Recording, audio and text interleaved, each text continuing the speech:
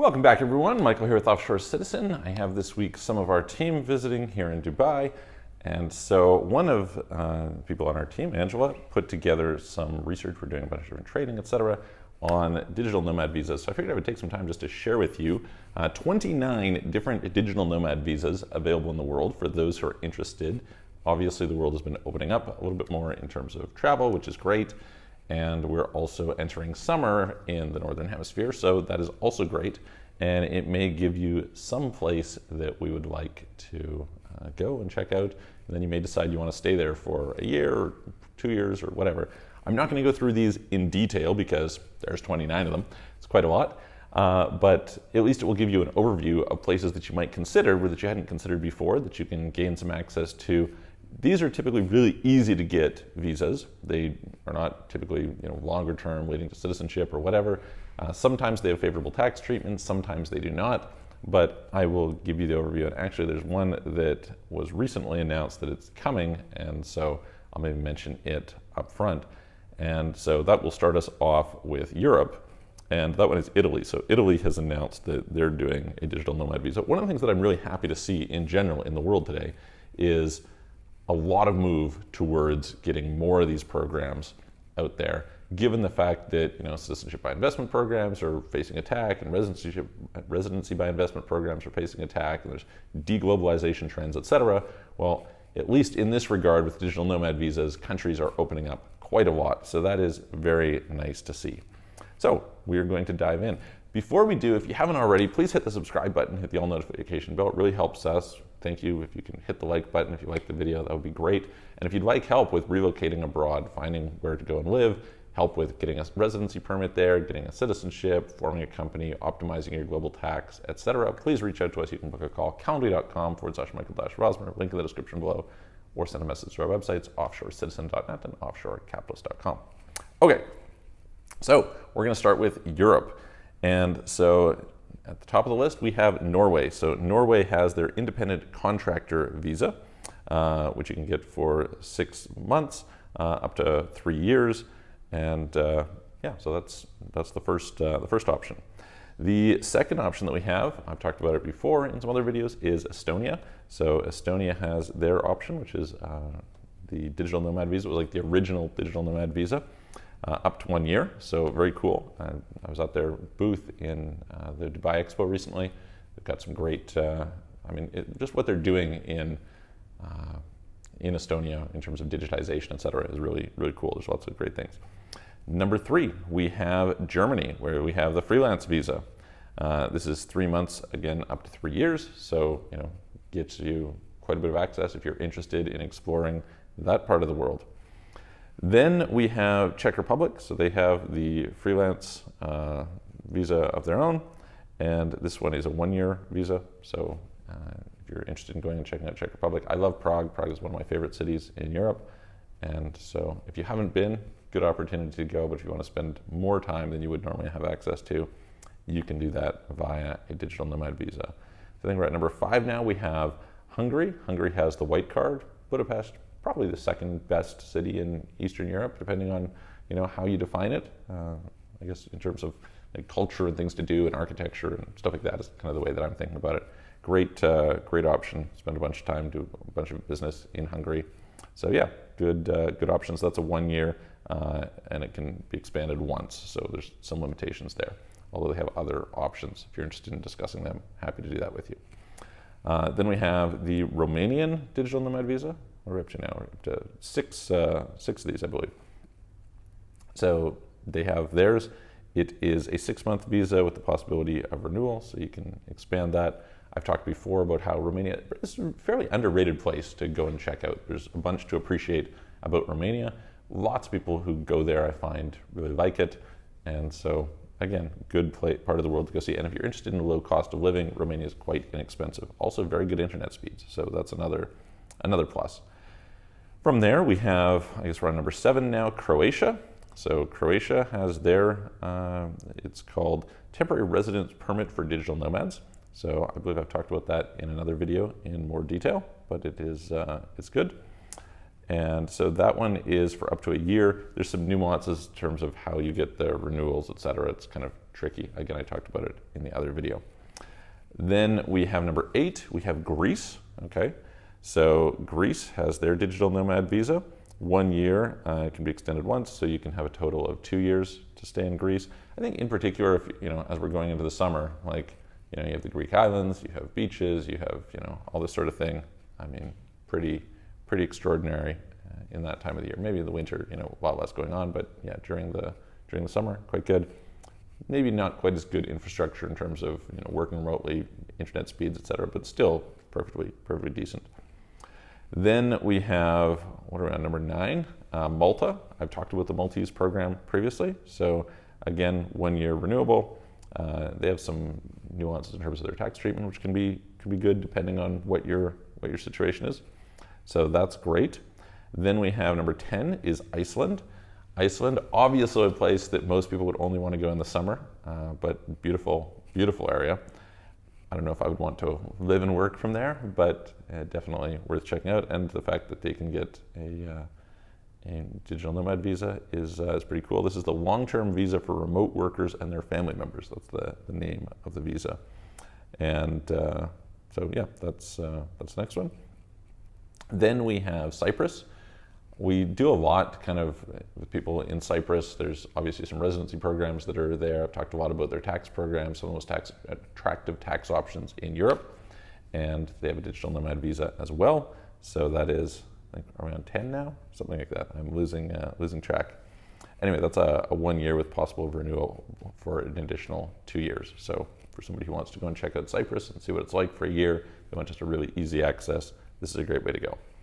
This brings us to, and there's a bunch of others that have kind of been announced coming in. I've mentioned previously, there's Spain, there's, I mentioned at the beginning of this, Italy, a few others, Serbia, Montenegro, North Macedonia, etc.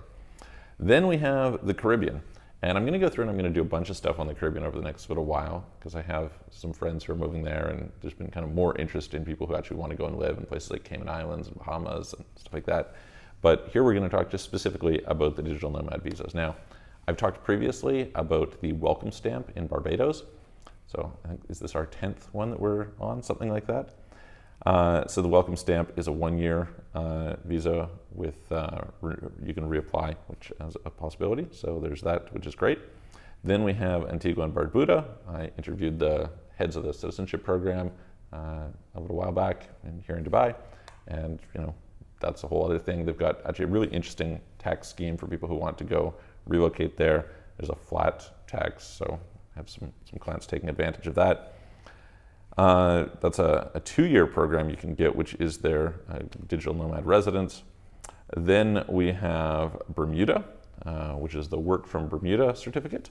This is a 1 year with a possible additional stay. Then we have, how many have I done here? I don't know, I think we're up maybe 14 or something.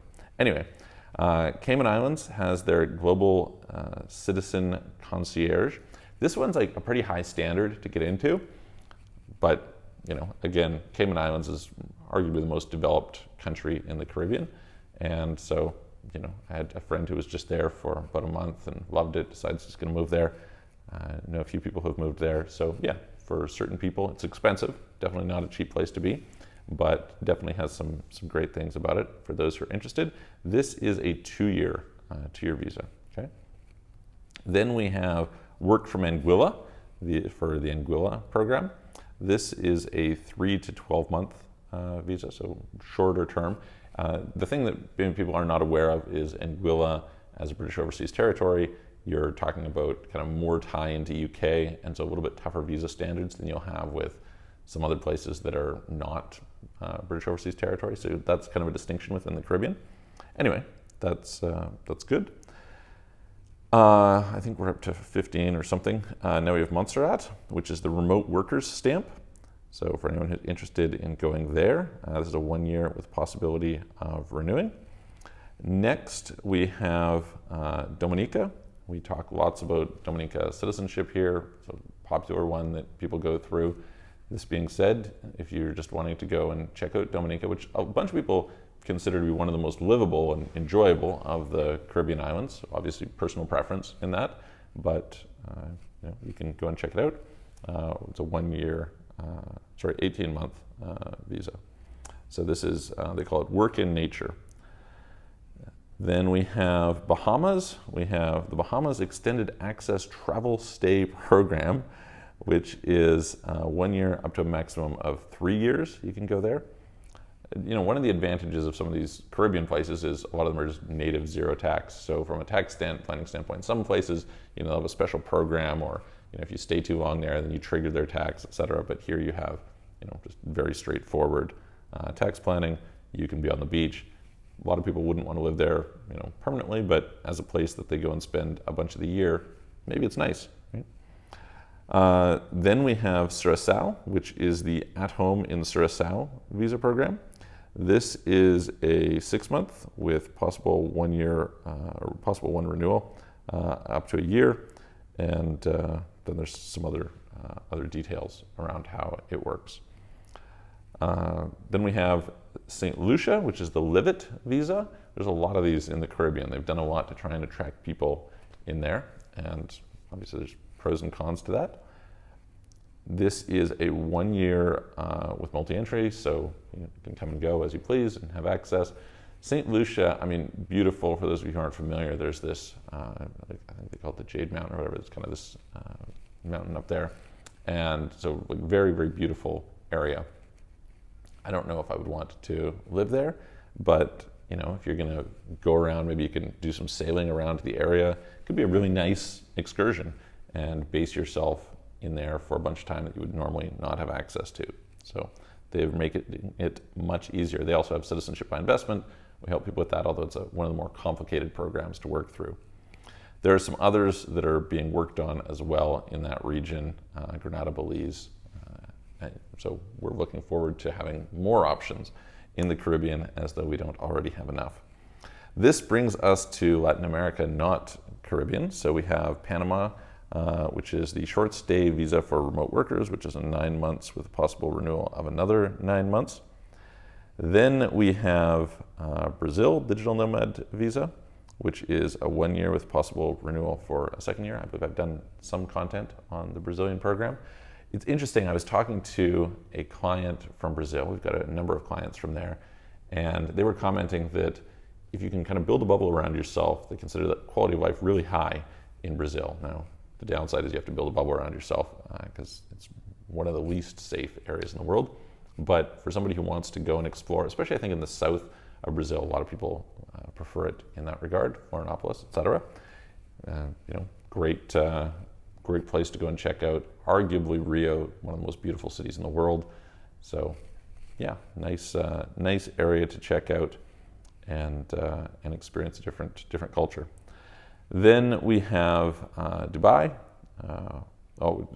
Just to note, the Costa Rican program is coming, and there's some talk of a Mexican program. Mexico is an interesting one because some of these countries are easy to get access to visa-free just normally. Mexico is actually alarmingly difficult for people who don't have visa-free access through their passport. So it'll be nice to see them bring this program in. We have Dubai, which is the 1 year virtual worker program. I've talked about that. It's fairly easy to go through the application process, though I find that the office there is kind of unresponsive, so that's a little bit tricky. And the standards are fairly high compared to some of these. Again, I haven't been going through specifically, but there's usually some level of income requirement, and the income requirements in Dubai are quite a bit higher than a lot of the places. Not as high as Cayman. I was mentioning Cayman's really high, but fairly high. It's $5,000 a month. Then you have Georgia, which is work remotely from Georgia visa. This is a 1 year visa with the possibility of, you can actually move towards permanent residency through this, which is pretty unique. And then we have Taiwan with their gold card. A lot of people love Taiwan, right? There's just a ton who I find just consider Taiwan to be one of their favorite places in the world. A lot of what they like about Japan, but with English friendly, you know. And so, yeah, for somebody who's always wanted to, as things open, that might be a place to add to your list. This brings us to Africa. We've got Mauritius. I've talked a little bit about this before. We have the premium visa. I'm gonna probably do a trip to Mauritius here in the not too distant future. I'm going to Seychelles here coming up. We'll come to that in a second. But I'll see if I can film some things for you guys from Mauritius. This is a 6-month visa with possible renewal up to a year. And again, I've talked about some other visa long stay programs for the right people there. We have Cape Verde, remote working in Cape Verde visa. This is 6 months, possible renewal up to a year. You know, whether a person's going to go there. Not a popular place, but if you want to go and check out some place that maybe isn't popular, you know, you can go and check that out. And this brings us to the last one, which is the Seychelles workation program. I'm in a couple of weeks going to spend a little bit of time in Seychelles, take a little bit of vacation, and so maybe I'll film some things from there as well.